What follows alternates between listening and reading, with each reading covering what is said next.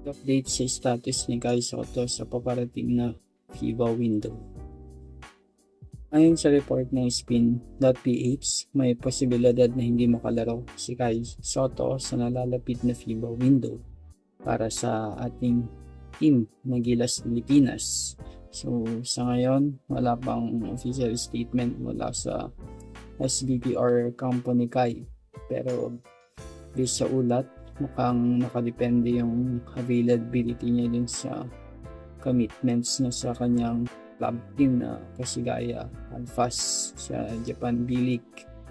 So kagagaling niya naman injury, so alam naman natin sa mga nitong times, basta-basta nakakaalis yung players dahil siyempre need nila ng clearance and scheduling, lalo't kagagaling niya na sa injury, and then yung if may commitment sa linya siya, so kung sakaling hindi siya makakasama, so adjustment sa Gilas lalo na sa interior presence, pero habang wala pang formal announcement, probably speculations pa lang. So we're hopeful na makasama pa din siya, and antayin natin yung official confirmation. Pero kanina may nabasa ako na mukhang malabo si ESPN, so malaking factor siya sa team, especially din sa paparating na upcoming window, since ang mga kalaban natin is yung powerhouse teams ng New Zealand and Australia. So pinaka malapit is yung sa February 26 kung saan makakatapat natin yung Tall Blocks soon. And ever since nawala si Kai, sunod-sunod na yung talo ng Gilas. And then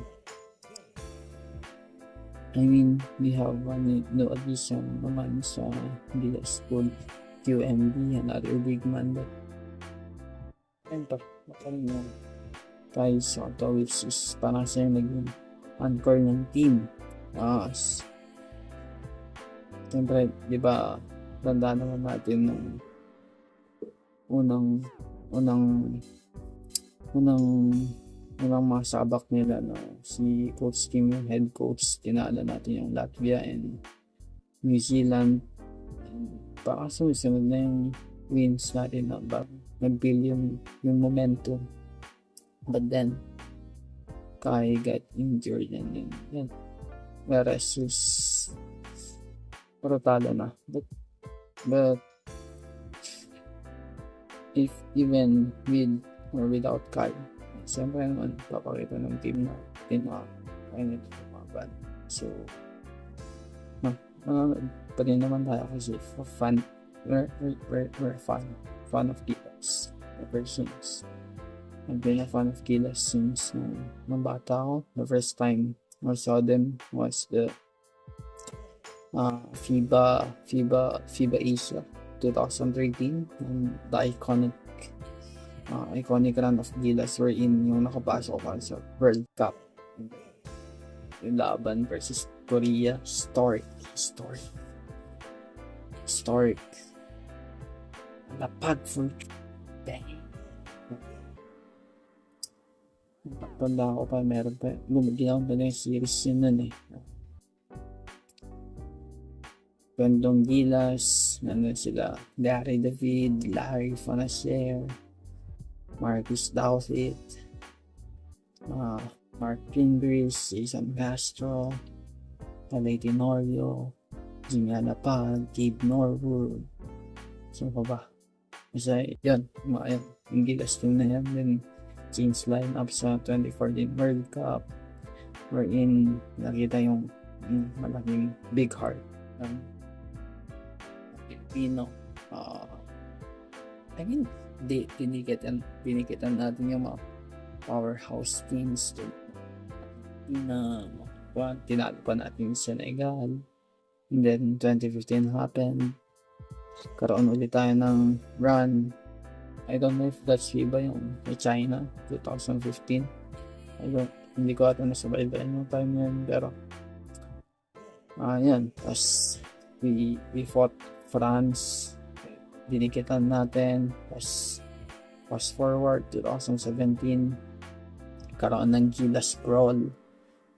Medyo gumulo yung Gilas program. Then 2020, 2019, naging kulala tayo sa FIBA World Cup. Then after that, reset.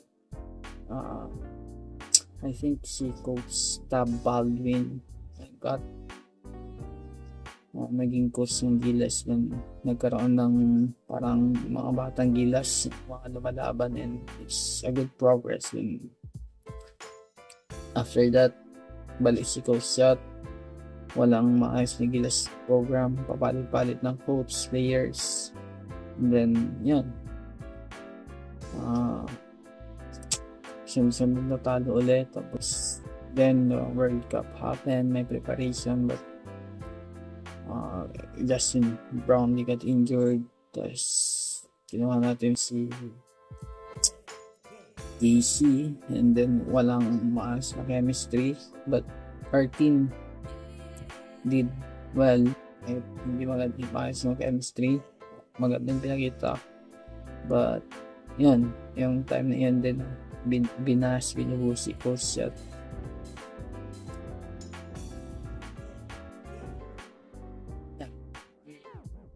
Different opinions about Coach that and the Gilas programs, but tapos na yun. And then after that, Coach Shot resigned, team Cone stepped in for Gilas. Then naglagay siya ng players na fix for preparation sa World Cup and Olympics 2020, 2027. Yeah. And then the start was good. We are getting wins. Then na-injure si Kai, and parang nagulo yung parang hindi gumulo yung laro ng Gilas. But I mean, dahil siguro sa ako lang ng practice chemistry. Yeah. So hopefully they can fix it and win more games and give us exciting games again, exciting wins. So good luck Gilas, and hopefully Kai Soto will be able to join our Gilas team sa upcoming FIBA window. I mean, of course we all know the Ramado yung kalaban, but if Kai is there, probably ay nating dumikit and perhaps win games. So yeah, hopeful that we see him on the upcoming FIBA window. Good luck Gilas.